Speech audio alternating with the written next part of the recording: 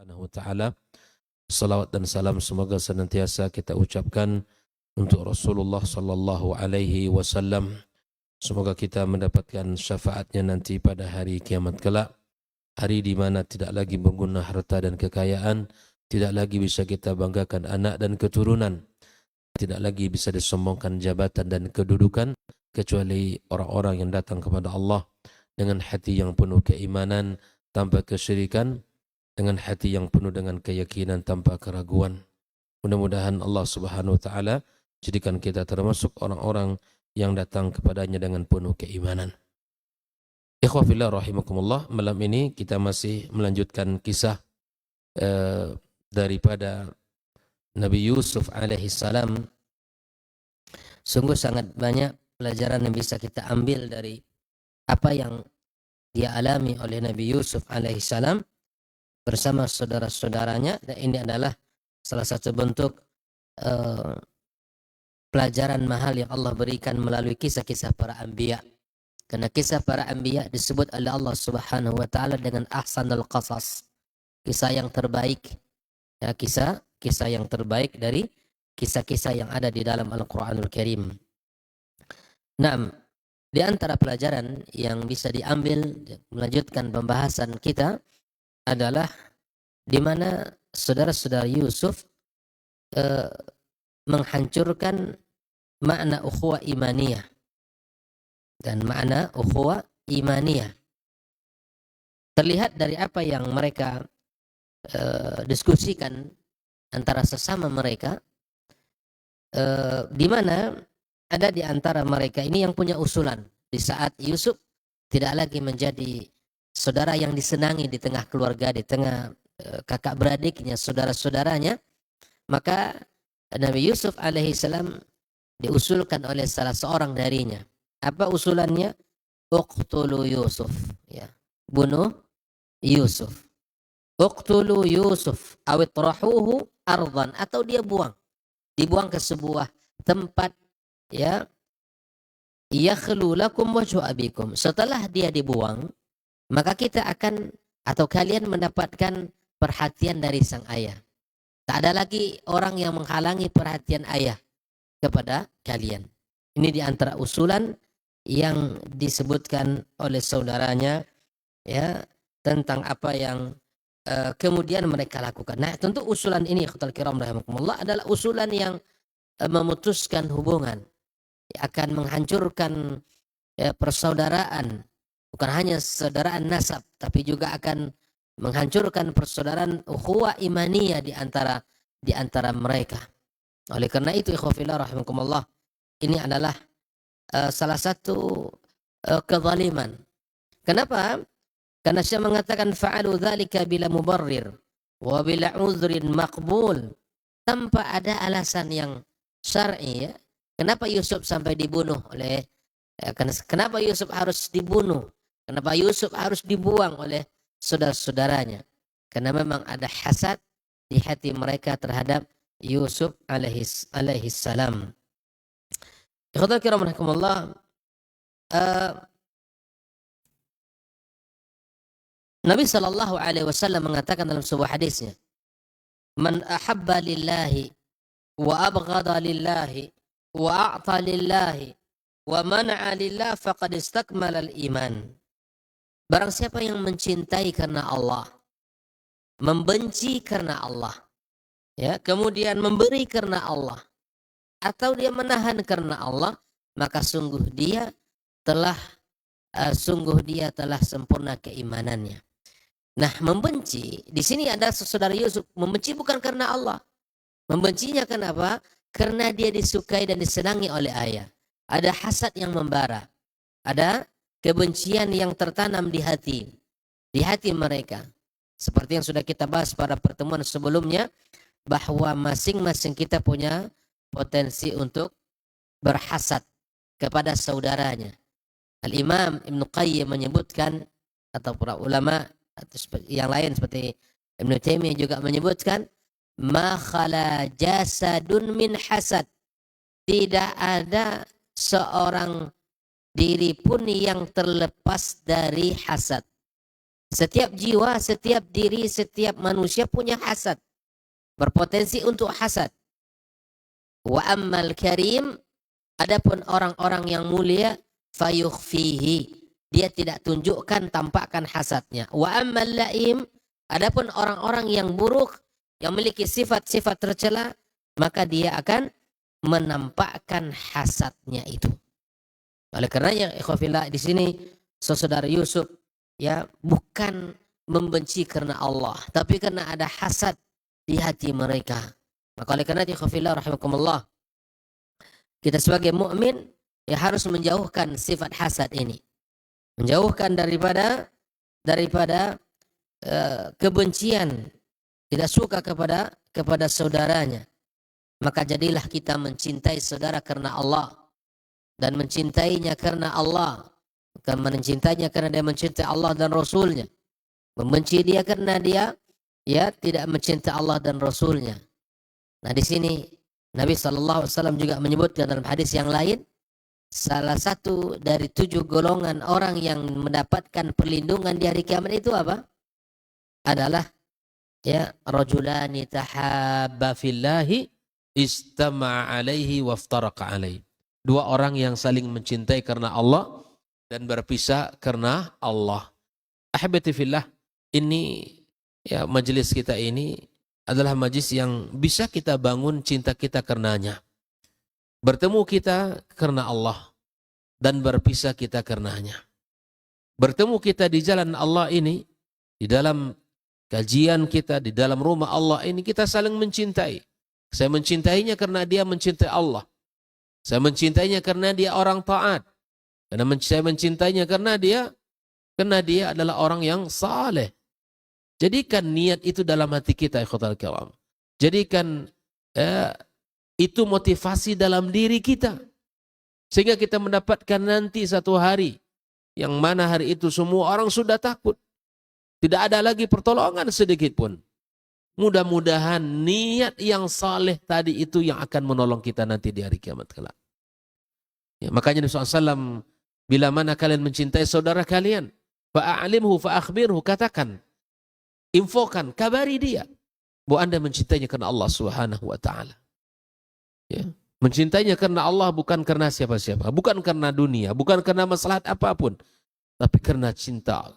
Ya, dia orang taat, dia orang saleh, dia orang yang mencintai Allah dan Rasul, aku mencintai dia. Mudah-mudahan dengan niat itu, dengan kita mencintainya karena Allah, suatu hari nanti Allah Subhanahu wa taala akan melindungi kita, memberikan naungan kepada kita di mana hari itu tidak ada naungan sedikit pun ya dari siapapun kecuali dari Allah Subhanahu wa taala.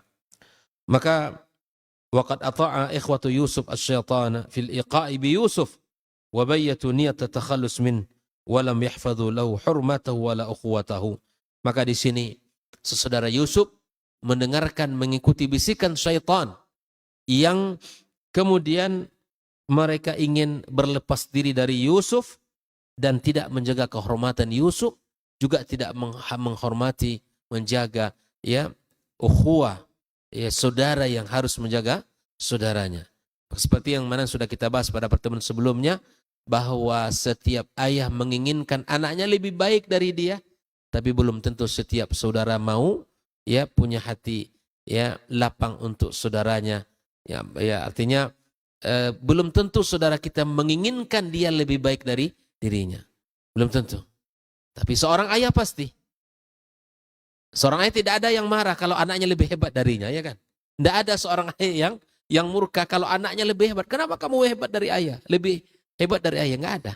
Tapi bisa jadi saudara ya tidak ridha saudaranya saudaranya lebih kaya dari dia, lebih sejahtera dari dia, lebih pintar dari dia, lebih hebat dari dia. Itu bisa jadi terjadi. Nah, itu ditunjukkan oleh apa yang terjadi di saudara Yusuf, ya, Yusuf bersama saudara-saudaranya. Saudara kiram rahimakumullah. Ini adalah apa yang mereka lakukan oleh saudara Yusuf ini adalah memutuskan makna ukhuwah imaniyah, bahkan ukhuwah an-nasabiyah. Saudara kiram rahimakumullah. Kita lanjutkan, di antara pelajaran yang bisa kita ambil adalah Dilarang kita di dalam Islam ini berta'awun di dalam keburukan dan kejahatan. Allah Subhanahu wa taala telah mengatakan wa ta'awanu 'alal birri wat taqwa wa la ta'awanu 'alal itsmi wal 'udwan. Nah, saudara Yusuf ini mereka saling tolong-menolong dalam apa? Di dalam keburukan. Yang satu mengusulkan agar dibunuh, yang satu mengusulkan agar dicampakkan, dibuang. Nah, nanti ada saudara yang kemudian inilah yang diikuti oleh mereka, ya, usulan yang disampaikan, ya, qala qailun minhum, ada yang berkata di antara mereka, jangan bunuh Yusuf. Kita ini anak Nabi, nggak boleh membunuh. Ya, la taqtulu Yusuf, kata saudaranya. Wa alquhu fi ghayabatil jubb. Inilah yang diikuti pada akhirnya oleh mereka. Apa itu? Lemparkan ke mereka dalam sumur yang dalam. Ya, yaltaqithu ba'dus sayyarah, kemudian dia akan dibawa diambil oleh sebagian musafir yang melewati tempat itu. In kuntum fa'ilin, jika kalian betul-betul ingin melakukan niat-niat kalian tadi. Nah, ini ada 3 usulan, dibunuh, dibuang dari tempat yang pada tempat yang jauh sehingga tidak terlihat lagi, kemudian dibuang ke dalam sumur. Dan ini yang dilakukan oleh mereka. Nah, mereka ikhwatal kiram, mereka ini tolong menolong dalam keburukan, tolong menolong dalam kejahatan. Ya, maka kemudian inilah yang menjadi sebab bahwa mereka ini kemudian melakukan karena syaitan menggoda, kemudian hasad yang membara di hati mereka, akhirnya rasa tidak senang itulah yang membuat mereka membuang si adik yang kecil, yang pintar, yang taat dan patuh kepada orang tuanya, dan kemudian ya akhirnya mereka melakukan perbuatan yang sangat buruk itu. Saudara kiram rahimakumullah, Rasulullah SAW telah menyebutkan dalam beberapa hadis, orang-orang yang menolong orang lain di dalam melakukan kejahatan dengan ancaman begini. Nabi mengatakan apa? Mana'ana ala dami mri'in muslimin bisatri kalimatin kutiba baina ainaihi yaumal qiyamah. Ya, bayangkan itu, barang siapa yang membantu saudaranya, seorang muslim, ya, menghancurkan atau menumpahkan darah saudaranya dengan satu kalimat saja yang dia ucapkan, dan itu membantu, itu kan usulan. Kalimat yang dikatakan itu sebagai usulan untuk membunuh seseorang, membinasakan seseorang. Kutiba baina ainaihi yaumal qiyamah ya ais min rahmatillah. Maka tertulis nanti di hari kiamat, ya, di depannya orang-orang yang putus dari rahmat Allah Azza wa Jalla. Tertulis aisun min rahmatillahi, rawahul Baihaqi. Bayangkan itu. Jadi tidak boleh kita membantu orang di dalam kejahatan. Tidak boleh kita membantu siapapun melakukan ya kemungkaran. Dalam sebuah hadis juga disebutkan Nabi kita SAW, ya, idzal taqal muslimani bisayfihima fal qatil wal maqtul finnar. Bila mana ketemu 2 orang yang saling memegang pedang, yang membunuh dan yang terbunuh, kedua-duanya di dalam neraka Allah Azza wa Jalla. Qila ya Rasulullah hadzal qatil fama balul maqtul. Yang seharusnya yang terbunuh ini bagaimana ya Rasul? Ya, yang membunuh mungkin, tapi yang terbunuh bagaimana? Innahu kana harisan ala qatli sahibi. Kenapa tepatnya di dalam neraka juga? Karena sesungguhnya dia juga ambisi untuk membunuh. Karena kebetulan apes dia yang terbunuh. Ya, maka keduanya di dalam neraka, kata Nabi SAW. Ya, oleh karena itu tidak boleh kita ya membantu walaupun dengan kalimat. Tak boleh membantu saudara-saudara kita dalam melakukan kemungkaran. Kita pun dilarang dalam Islam ini untuk menyemangati orang atau membuat orang bersemangat untuk melakukan kemungkaran dengan kalimat-kalimat. Atau lebih daripada itu, membunuh orang. Terkadang kalimat ini, ya, motivasi, tanpa kita ucapkan, tanpa kita berpikir mengucapkan kalimat itu, orang akan terpancing. Apa bahasanya, kita memancing-mancing emosi orang. Sehingga orang itu amarah, memuncak, lalu kemudian dia mendengarkan bisikan syaitan. Dia melakukan perbuatan yang dimurkai oleh Allah Subhanahu wa taala. Ini adalah ancaman yang besar dari Nabi kita alaihi salatu wassalam terhadap apa? terhadap orang-orang yang menginginkan untuk membunuh. Ya, makanya subhanallah kita di dalam bermain, bercanda sekalipun kita tidak boleh mengarahkan pisau atau benda-benda tajam kepada saudara kita. Takut di situ ada khilaf, kemudian kita kita lupa dan akhirnya syaitan membantu. Akhirnya kita membunuh seorang jiwa yang berdosa, dan itu adalah dosa besar di sisi Allah Subhanahu wa taala. Fal isyaratu bisilah bi ayyi wasilatin qadimatin aw hadithatin, mengisyaratkan dengan benda saja, benda tajam, baik itu benda-benda yang sifatnya dulu ataupun benda yang baru, ya. Walau kana al-mar'u mazihan, meskipun dalam keadaan bercanda kita nggak boleh. Fiha madhannatul idza. Kenapa? Karena perbuatan itu potensi untuk melukai orang itu besar. Ya. Lidza wajaba tarka hadzal amr saddan lidzari'ati. Maka perbuatan seperti ini ditinggalkan. Perbuatan seperti ini dijauhkan karena untuk menutup celah perbuatan zalim tadi. Ya. Wa tafwitan li furas ikhtinami syaitan, agar kita tidak dimanfaatkan syaitan. Karena kalau punya senjata begini, emosi terpancing, syaitan masuk, sudah.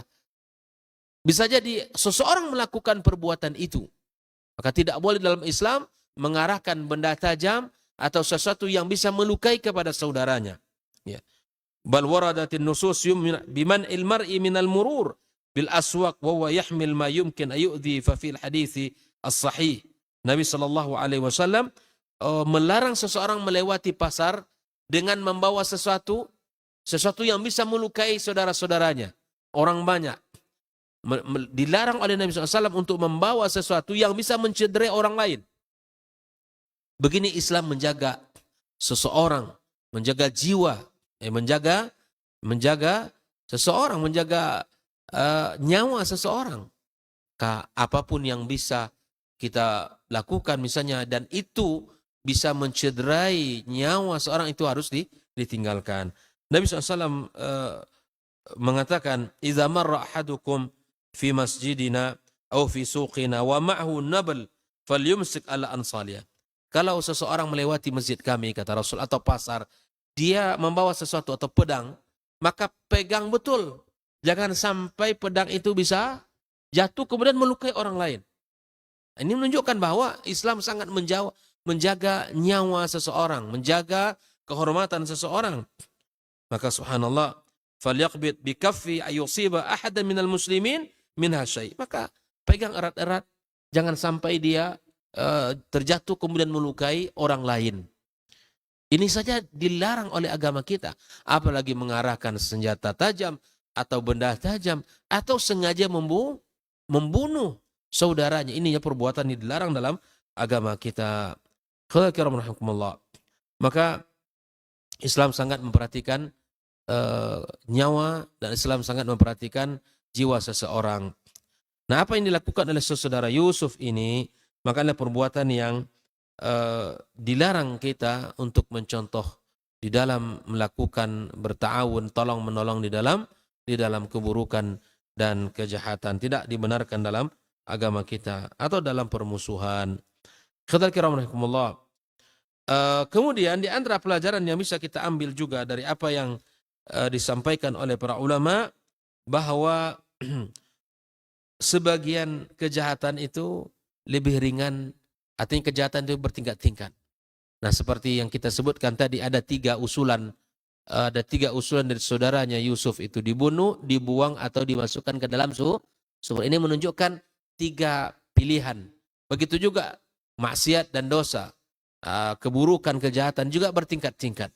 Maka semua itu dilarang bagi kita untuk mendekati pintu-pintu maksiat, atau dilarang bagi kita untuk melakukan sesuatu yang bisa mencederai saudaranya. Ikhwatal kiram rahimakumullah. Di antara pelajaran yang juga bisa kita ambil adalah ketika kita mendapatkan kezaliman, ya, dan ketika kita mendapatkan sesuatu yang tidak menyenangkan, maka ingat Allah Subhanahu wa taala. Apalagi ketika kita terzalimi. itu hati dan jiwa kita terganggu, perasaan kita luka, atau mungkin kehidupan kita merasa bahwa kita ini adalah orang-orang yang jatuh dalam sebuah musibah yang sangat berat. Maka di saat itu kita dianjurkan ikhtal kiram untuk mengingat keadilan Allah pada kita, mengingat kemampuan Allah tabaraka wa taala berbuat kepada siapapun dari orang-orang yang telah menzalimi kita. Maka jangan sampai kita ya yang terzalimi dan atau kita yang ingin menzalimi orang. Ingat bahwa kita adalah orang yang lemah. Ada sebuah kisah di zaman baru, artinya zaman mutaakhirin, di mana ada seorang laki-laki tua kemudian dipukul oleh seorang anak muda, ya, dipukul oleh seorang anak muda. Dia ketika itu dia punya berjalan dengan pasangan suami istri. Nah, tiba-tiba orang tua ini dipukul oleh anak muda tadi. Entah apa kesalahannya, Allah Ta'ala tidak sebutkan, namun tiba-tiba laki itu memukul sang laki-laki tua tadi. Maka sang laki-laki tua ini hanya bisa berkata, ya Allah, seperti dalam ungkapan yang dikatakan oleh dia, ya Allah, ya engkau telah tunjukkan kekuatan dia padaku. Maka aku minta kepadamu, tunjukkan kekuatanmu padanya untukku. Jelas ya? Orang tua nggak bisa melawan anak muda yang dizalimi. Tiba-tiba ya dipukul. Ya mungkin tidak suka kepada anak muda, kepada anak orang tua itu dan seterusnya. Atau barangkali dinasihati oleh orang tua tadi. Maka dia katakan, ya dipukul lalu terjatuh. Orang tua tadi cukup mengatakan, ya Allah, engkau telah tunjukkan padaku kekuatan dia, maka aku minta aku tunjukkan kekuatanmu padanya. Akhirnya anak muda ini tiba di rumah, terpeleset jatuh, ya kemudian meninggal dunia. Sang istri mengadu kepada hakim, meminta keadilan bahwa dia menyangka laki-laki ini menyihir dia. Laki-laki tua ini menyihir dia, sampailah pada hakim bertanya kepada orang tua tadi, lalu dia katakan, dengan apa kamu bunuh laki-laki itu? Kata dia, saya tidak membunuh anak muda itu. Tapi di saat dia menggampar saya, memukul saya hanya berdoa kepada Allah Subhanahu wa taala dengan doa tadi, ya Allah, engkau telah tunjukkan kekuatan dia kepadaku. Karena dia dipukul olehnya. Sekarang aku hanya minta tunjukkan kekuatanmu padanya. Subhanallah. Laki-laki tadi meninggal dunia. Apa kata hakim? Wahai wanita, bahwa dia telah meminta kepada zat yang maha kuat. Artinya dia tidak menyihir apa-apa. Dia terzalimi. Terzalimi. Tidak ada salah, dia pukul oleh anak muda yang punya tenaga. Dia seorang tua tidak berani untuk membalas karena dia sudah tua. Makanya subhanallah, di sini ada pelajaran mahal untuk kita apa? Bahwa da'watul mazlum mustajab. Ya. Salasu da'watin mustajabat, ada 3 doa yang mustajab. Doa yang pertama doa siapa? Doa da'watul walid liwaladi. Ini doa pertama. Ada 3 doa ini mustajab. Ya, yang pertama da'watul alwalid liwaladi. Doa orang tua untuk anaknya. Ini yang pertama. Yang kedua apa? Da'watul mazlum. Doa yang terzalimi itu sangat mustajab. Ya, maka Nabi mengatakan dalam hadis lain, ittaqu da'watal mazlum. Hati-hati kalian dengan doa yang kalian zalimi, dengan orang yang terzalimi oleh kalian, hati-hati. Ya, yang ketiga, da'watul musafir. Doa orang safar. Ini 3 doa ini Nabi mengatakan salatu da'watin mustajabat, ada 3 doa yang mustajab. Allah akan kabulkan permintaannya. Yang pertama adalah doa seorang ayah, orang tua, ya, masuk ibu kepada anak, ayah kepada anaknya. Yang kedua, doa orang yang terzalimi. Dan yang ketiga, doanya orang musafir. Maka di sini Nabi juga mengatakan kepada Mu'adz, wattaqi da'watul mazlum, fa innahu laisa bainaha wa bainallahi hijab. Doa orang yang terzalimi tidak ada hijab. Doa orang yang terzalimi itu makbul di sisi Allah Subhanahu wa taala. Bahkan Allah tabaraka wa taala mengancam la'natullahi 'alal zalimin, laknat bagi orang-orang yang zalim. Allah juga katakan wala tahsabannallaha ghafilan amma ya'maludz zalimun. Jangan kalian kira Allah ya lalai terhadap perbuatan orang-orang zalim. Jangan kalian kira Allah tidak tahu. Jangan kalian kira Allah ya tidak membalasnya nanti. Ingat, orang yang zalim Allah tahu dengan kezalimannya. Hari ini barangkali membuat hati kita ya terasa sakit melihat kezaliman-kezaliman yang ada di muka bumi. Bahkan terasa orang yang zalim itu lebih panjang usianya, semena-mena berbuat buruk kepada orang. Terasa lebih panjang usianya, padahal tidak juga. Tapi kemudian apakah Allah lupa dengan perbuatan mereka? Tidak. Allah tidak akan lupa sekecil apapun. Perbuatan orang yang zalim Allah catat.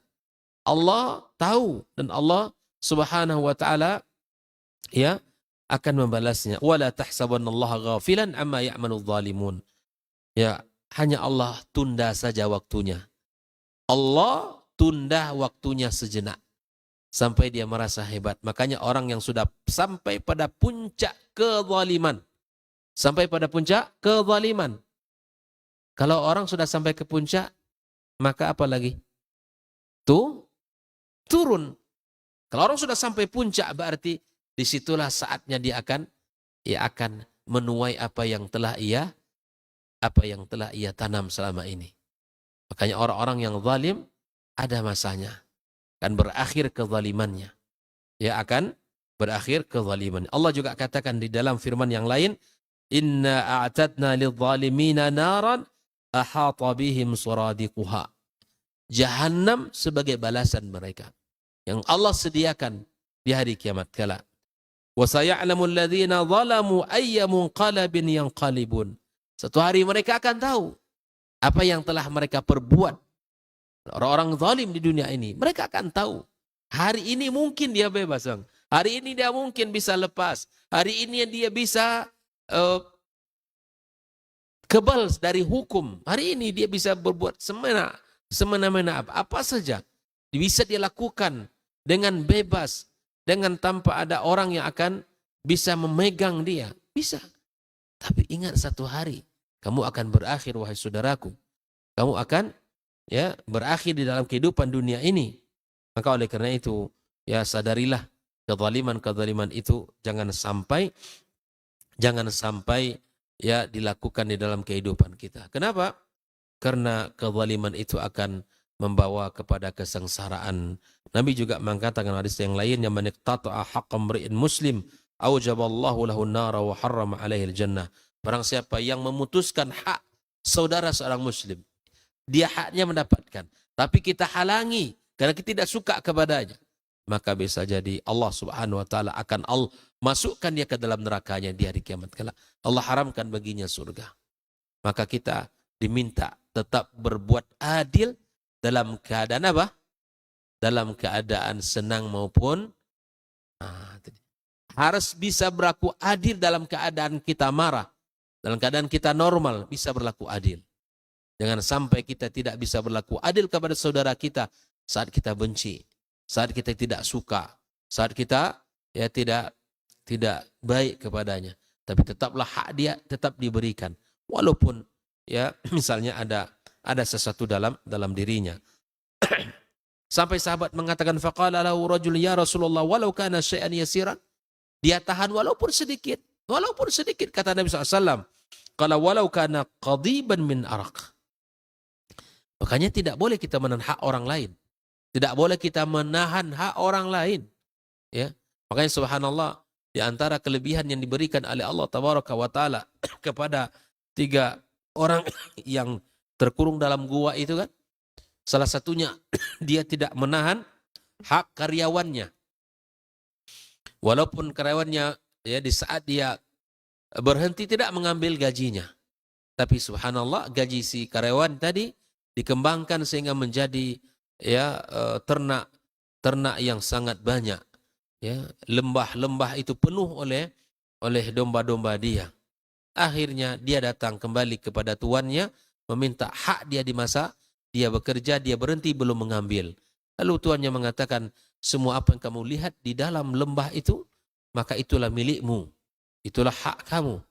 Maka laki ini mengatakan, bercanda, saya hanya mengambil gaji yang terakhir yang tidak saya ambil. Iya, dulu gajimu saya kembangkan akhirnya menjadi satu kesuksesan besar dalam domba. Maka ambillah hakmu itu semua. Masya Allah, tabarakallah. Ini adalah hati yang lapang, ya, hati yang baik, ya, sifat jiwa yang bersih. Maka kemudian kita tidak boleh menahan hak orang lain walau hanya sekecil apapun, tidak boleh.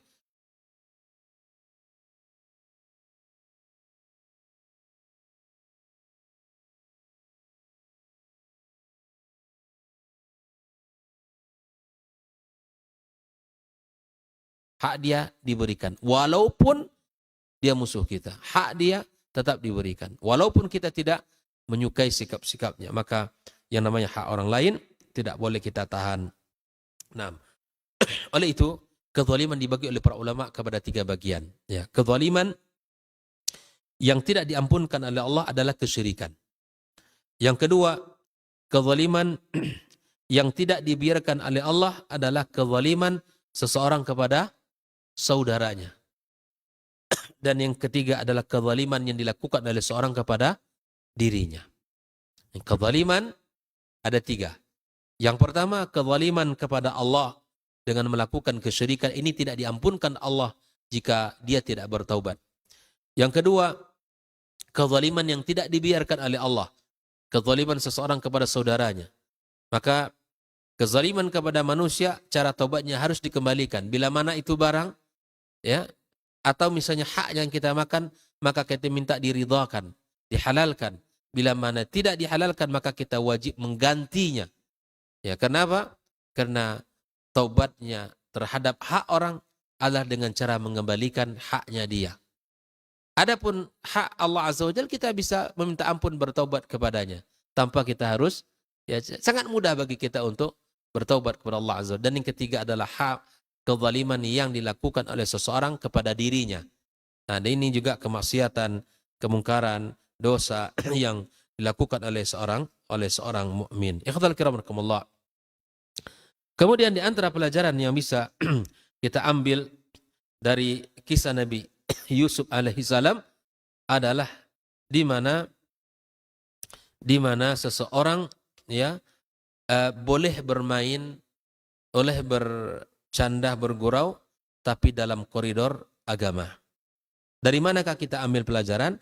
Inilah perkataan daripada anak-anak beliau kepada ayahnya, arsil ma'ana ghadan, wahai ayah, biarkan besok dia pergi bersama kami, yarta' wa yal'ab, ya, bermain-main, bersenda gurau dan bermain-main, wa inna lahu lahafidhun, maka kami akan termasuk orang yang menjaga adik kami. Ini kan permintaan mereka, ya, kepada saudara, kepada ayahnya, ya kan? Maka di dalam Islam konsep bermain itu jelas, ya. Bercanda boleh, bermain juga boleh. Tetapi, ya, di dalam Islam ada catatan pentingnya. Nabi bercanda apa tidak? Nabi bercanda. Nabi bermain apa tidak? Nabi bermain. Wa kana sallallahu yamzah, bercanda. Canda Nabi seperti apa? Kepada Abi Umair, saudaranya Anas. Ya Aba Umair, kata Rasulullah, ma fa'ala Nuhair, Nabi candai itu adiknya Anas. Wahai Abi Umair, kenapa si Nuhair? Nuhair itu adalah burung mainannya. Ya kan mati, akhirnya Abi Umair ini menangis, dicandai oleh Nabi kita sallallahu alaihi wasallam. Nabi bercanda, tetapi candanya Nabi tidaklah di dalam kebatilan, tapi candanya Nabi dalam sebuah kebenaran. Nabi SAW ketawa, Nabi SAW juga tersenyum. Ya, wa kana hasan bashan dhahikan bassaman. Ya, Nabi SAW tersenyum, Nabi SAW ketawa, Nabi SAW, ya, bercanda. Tetapi candanya Nabi SAW tidak di dalam, ya, kebatilan, dan tidak di dalam kebohongan. Tidak ada. Bercanda boleh, tapi tidak boleh berbohong. Ya, tidak boleh kita berbohong di dalam candaan kita. Ya, kita harus jujur di dalam candaan kita. Apapun, katakan. Saya bercanda, katakan sejujurnya. Tidak boleh kita bercanda dengan kata-kata yang membuat ya kata bohong. Akhirnya orang ketawa.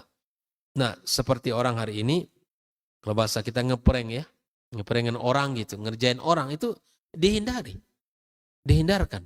Tidak boleh kita kerjakan. Karena itu bukan perbuatan orang beriman itu. Canda-candaan seperti itu tidak baik. Bahkan melakukan sesuatu yang bahkan membahayakan dirinya, bahkan diri saudaranya, bahkan bisa jadi orang kaget, ya, kemudian terkejut, jantungan bisa meninggal. Dan itu sangat banyak dilakukan orang dan bahkan menjadi konten-konten tertentu ya untuk menaikkan, mencari pendapatan. Ya, dan tidak perlu kita lakukan ikhwal kiram kepada saudara kita. Dan Nabi SAW melarang kita ya melakukan perbuatan-perbuatan yang kemudian itu mencederai saudara-saudaranya. Oleh karenanya Nabi mengatakan bahwa rawahul qulub sa'atan ba'da sa'ah fa innal qalba idza kariha a'ma. Boleh kita bercanda. Nabi SAW katakan, ya hiburlah diri kalian sejenak. Ya kita kalau misalnya hidup ini agak satu ritme gitu ya, kaku, mungkin agak terasa berat menjalani. Tapi kata Nabi SAW, ada hari kita serius, ada hari kita olahraga, ada harinya kita bercanda, enggak masalah. Itu dibolehkan sebagai manusia. Maka Nabi katakan, hiburlah diri kalian. Kenapa kita perlu menghibur? Kenapa? Karena hati ini kalau dia berat, kalau dia tidak suka, maka dia akan buta. Maka perlu kita bercanda, perlu kita merehatkan jiwa kita sehingga kita kembali segar dan kita bisa agak rileks dalam menghadapi apapun yang kita hadapi di dunia ini. Nabi juga mengatakan ya, irmu wa ana ma'akum. Ini Nabi juga bercanda bermain dengan para sahabatnya, ya lemparkan wa ana ma'akum. Ya ini, inni la astajimma nafsi bi syai'in minal batil billahwil mubah liyakuna a'wan laha 'alal haq. Ya ini menunjukkan permainan-permainan yang dibolehkan, ya hal-hal yang boleh itu ya tidak masalah di dalam agama kita. Ini para sahabat ya juga bermain. Ya kemudian Nabi SAW juga melakukan musara'ah. Apa itu musara'ah? Kayak bergulat begitu ya. Kemudian dengan para sahabat, wa kana rukanu min masyahiril Arab bil quwwah. Yani Nabi SAW menggulat seseorang yang namanya Rukana ya. Dan ini digulatnya 3 kali. Terkenal beliau ini seorang yang kuat, fisiknya berotot ya, kemudian memiliki kemampuan, dan Nabi SAW yang melakukan hal itu dengannya. Seperti yang dikatakan, laqad ra'aitun nabiyya yasturuni biridaihi wa ana anzuru ila al-habasha yal'abuna fil masjid hatta akuna ana alladhi ya as'amuhu faqdiru qadra al-hajariyah li haditha as-sin al-haris al-lahwa. Ya Aisyah menceritakan bagaimana Nabi SAW ketika itu Aisyah bersandar kepada pundaknya Rasul Shallallahu Alaihi Wasallam, bersandar kepada pundaknya Rasul, melihat orang-orang Habasyah yang sedang bermain di masjid, ya itu dilakukan. Itu hal yang mubah dilakukan, ya, dan itu diceritakan langsung oleh ibunda kita Aisyah radhiyallahu taala anhu. Nah kemudian kita perlu di samping ya kita senyum, kita ketawa, kita bercanda. Nah yang paling pokok adalah di antara yang disampaikan Nabi kita alaihi salatu wasallam adalah berolahraga. Di antara olahraga yang anjurkan apa? Allimu auladakum as-sibaha. Ajarkan putra-putra kalian itu berenang. Ya, leskan mereka. Carikan gurunya agar dia bisa berenang. Sempatkan. Kesibukan kita bekerja pasti banyak. Tapi sempatkan anak-anak kita ini untuk dileskan atau diajarkan cari guru. As-sibaha, berenang. Yang kedua apa? Warrimaya. Itu memanah. Sempatkan. Wa muruhum ya falyasubbu ala zuhril khayli wathaba. Ajarkan mereka berenang, ajarkan mereka memanah, dan ajarkan juga mereka berkuda. Dan ini disampaikan Nabi SAW. Olahraga-olahraga seperti ini mari kita lihat ya, kita misalnya kita lihat potensi kemungkinan anak kita bisa belajar atau tidak, dan kita berharap ya kalau berenang mungkin bisa banyak tempat. Kemudian kalau berkuda pun hari ini sudah banyak tempat. Memanah pun sudah juga banyak orang yang bisa melatih kita. Baik, kita dengarkan azan sebentar.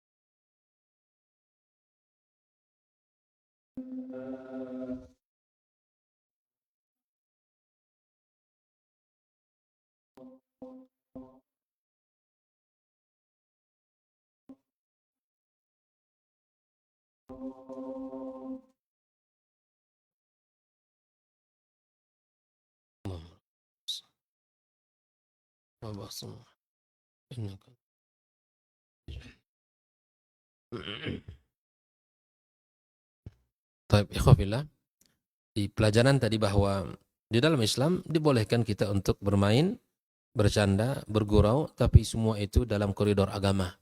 Tidak boleh kita berdusta dan tidak boleh kita berbohong di dalam candaan kita, dalam gurauan kita, di dalam permainan kita. Tapi pelajaran berikutnya ikhwatul kiram adalah al-buka laisa dalilan ala sidqi. Tidak setiap tangisan itu menunjukkan kejujuran. Dari mana ini bisa kita ambil? Dari apa yang Allah sebutkan, waja'u abahum isya'ayyabukun. Mereka, saudara-saudara Yusuf ini pulang di waktu yang sudah larut, agak malam. Kemudian mereka pulang dalam keadaan menangis. Ya kan? Menangis mereka. Maka tidak semua tangisan itu menunjukkan kejujuran. Tidak semua tangisan menunjukkan sebenarnya. Ya, maka di sini nanti dijelaskan oleh Syekh ya. Di sinilah bahwa saudara Yusuf setelah mereka membuang Yusuf ke dalam sumur, maka mereka balik ke rumah fi zulmatil lail. Mereka balik agak sedikit malam ya, sudah gelap. Yabkun. Mereka semuanya menangis. Wa yudhiruna al-asaf wal jaza' ala Yusuf. Dan mereka memperlihatkan kesedihan terhadap hilangnya Yusuf. Ya. Wa yataghammamuna li abihim wa lam yakunu sadiqin fi huznihim wala bukaihim. Tapi apa yang mereka perlihatkan itu, tangisan yang mereka perlihatkan, kesedihan yang mereka perlihatkan, itu tidaklah sama sekali benar. Ya kan? Apa yang mereka perlihatkan dari kesedihan dan tangisan-tangisan mereka, semua itu hanyalah cara mereka untuk menipu ayahnya. Maka jangan kita tertipu dengan tangisan-tangisan orang. Tidak semua tangisan itu benar. Dan tidak semua tangisan itu mengandung kejujuran. Ada tangisan yang pura-pura. Seperti tangisan saudara Yusuf ini. Itu tangisan pura-pura. Nah, tangisan ya seakan-akan dia bersedih tapi bukan. Itu bisa dilakukan. Itu bisa dilakukan. Ya, maka kemudian ada tangisan yang benar-benar tangisan yang jujur ya. Nah, maka di sini Syekh menyebutkan bahwa al-ba'd tanhamur dumu'uhu wa yabki 'inda al-fara. Terkadang ada orang menangis karena saking gembira. Nangis enggak? Ada, ya kan? Tangisan itu tangisan karena saking gembiranya dia mendengarkan berita, kemudian mendapatkan sesuatu, maka bisa jadi dia menangis. Atau dalam keadaan dia sulit, tak ada uang, kebetulan hari itu betul-betul tidak ada uang. Tapi ada tiba-tiba yang ngasih uang di hari itu lebih berlipat-lipat yang biasa dia bayangkan. Kira-kira ya hamba itu menangis atau tidak? Sangat mudah dia menangis itu. Pasti berterima kasih sekali kepada Allah dan kepada orang itu. Ya, terima kasih kepada Allah kemudian kepada orang yang ngasih dia. Bahagianya bukan main, di saat kita butuh kita dapatkan. Ya, pertolongan dari Allah Azza wa Jalla ini sesuatu yang bisa membuat kita menangis. Itu yang pertama. Wa yabqi indal farah. Wal akhar qad yahduts lahu dzalika bisababil marad wal alam. Bisa jadi ketangisannya karena ada kesakitan. Ya, menderita karena kesakitan, bisa jadi dia menangis. Wa hunaka dumu asba bi dumu'i tamasih wa dumu'un nisa asra min dumu'ir rijal. Ada juga air mata buah. Nah, itu disebut air mata buah ya semua. Itu biasa terjadi. Iya kan? Dan itu itulah yang terjadi dengan saudara-saudara Nabi Yusuf alaihissalam. Maka oleh karena itu, wal huzun katsiran ma yatasabab fil buka. Banyak sekali kesedihan itu, dan apa yang membuat orang bisa menangis. Kabukai Rasulullah sallallahu alaihi wasallam indama mata Uthman ibn Mat'un wa buka indama maut waladi Ibrahim. Nangis, Nabi menangis ketika meninggal Uthman ibn Mat'un, ketika anaknya Ibrahim meninggal. Innal aina la tadma' kata Rasul. Ya, sesungguhnya mata ini juga bisa menangis. Wa innal qalba la yahzan, hati bisa bersedih. Wala naqulu ma yughdibur Rabb. Kita tidak mengatakan apa yang mengundang murka Allah. Wa inna li firaqika ya Ibrahim la mahzunun. Sungguh berpisah dengan Muna adalah sangat menyedihkan. Nabi menangis, Pak. Makanya menangis itu di dalam agama kita terhadap siapa yang meninggal itu dibolehkan. Yang tidak boleh itu apa? Meratapi. Meratap itu tidak boleh. Makanya subhanallah, meratap itu apa yang Nabi katakan, ya menarik-narik rambutnya, kemudian memukul-mukul dadanya, ya, memukul-mukul wajahnya, kemudian merobek-robek baju dan menarik-narik rambutnya. Ini niyahah, haram dilakukan oleh seorang. Makanya di antara bentuk an-niyahah juga seperti yang dikatakan oleh Sa'id bin Jubair, di antara bentuk an-niyahah itu yang dilarang itu apa? Kunna nu'idul ijtima' wa sun'at at-ta'ami ba'da dafn min an-niyahah. Kata dia, kami menganggap dulu ya di zaman itu bahwa berkumpul-kumpul, kemudian membuat makanan, memasak-masak setelah mayit dikuburkan, itu tergolong kepada an-niyahah yang dilarang. Nah, inilah dalilnya. Kenapa kita tidak melakukan apa yang dilakukan oleh sebagian orang di zaman hari ini, ya, berkumpul-kumpul, kemudian makan-makan. Ya, kata Sa'id, kunna nu'idul ijtima' wa sun'at at-ta'ami ba'da dafan minan niyahah. Dan itu tergolong kepada an-niyahah yang meratap, yang dilarang dalam agama kita. Oleh karena itu, khafila rahimullah, sesungguhnya apa yang terjadi pada diri kita, keluarga kita, misalnya orang yang dicintai meninggal dunia, maka dibolehkan. Tidak mengapa kita menangis. Karena itu bagian yang gimana kita mencintai orang, anak-anak kita, keluarga kita, ibu kandung kita, bapak kita, meninggal dunia, kita menangis. Tidaklah menunjukkan kelemahan, tidaklah menunjukkan aib. Biasa, itu hal yang biasa terjadi. Yang tidak dibolehkan adalah di mana kita meratapi si mayit. Bahkan Nabi SAW menyebutkan rajulun ya zakarallah khaliyan fafadat ainah. Dalam hadis itu Nabi SAW mengatakan bahwa di antara yang dilindungi Allah di hari kiamat kelak adalah laki-laki yang di tengah malam gelap gulita, di saat bumi sepi sunyi, malam yang tidak ada kedengaran kecuali hanya ya kata-kata, ya kesepian, ya keheningan di tengah malam, lalu dia mengingat ya Rabb, ya Rabb, ya Rabb, dia menangis kepada Allah Azza wa Jal. Maka inilah mata yang tidak akan disentuh oleh apa? Oleh api neraka Allah Azza wa Jal. Maka Nabi mengatakan bahwa di antara yang tidak disentuh, mata yang tidak disentuh oleh neraka adalah ainun bakat min khasyatillah, mata yang menangis karena takut kepada Allah Subhanahu wa taala. Ini sesuatu yang mahal, ikhwatal kiram. Ya, jangan sampai kita tidak pernah menangis lagi. Ya, bahkan kita berlindung kepada Allah Subhanahu wa taala dari ya min ainin la tadma'. Kita berlindung kepada Allah dengan sampai kita termasuk orang yang matanya tak pernah menangis, meneteskan air mata. Ya, jangan sampai. Ini salah satu yang kita minta kepada Allah Subhanahu wa taala agar Allah jadikan kita mudah menangis, ya, tersentuh dengan ayat-ayat Allah, tersentuh dengan apa yang disampaikan oleh Nabi kita sallallahu alaihi wasallam. Dengan mudah air mata ini mengalirkan airnya, ya. Kemudian kita merasakan betapa tenangnya hati kita, jiwa kita, betapa syahdunya bermunajat di malam hari itu kepada Allah Subhanahu wa taala. Maka Nabi mengatakan, "Lau ta'lamuna ma a'lam, la dhahiktum qalilan wa la bakaitum katsiran." Andaikan kalian mengetahui apa yang aku ketahui, kata Rasul, maka sedikit ketawa akan banyak menangis. Ya, kita tidak tahu perjalanan yang begitu berat nanti setelah kehidupan kita di dunia ini. Ya, begitu panjang dan lama. Akan lebih lama dari waktu dia hidup di dunia. Akan lebih lama dari waktu hidup dia di alam barzakh. Itu waktu yang sangat panjang. Nabi SAW menceritakan dalam hadisnya.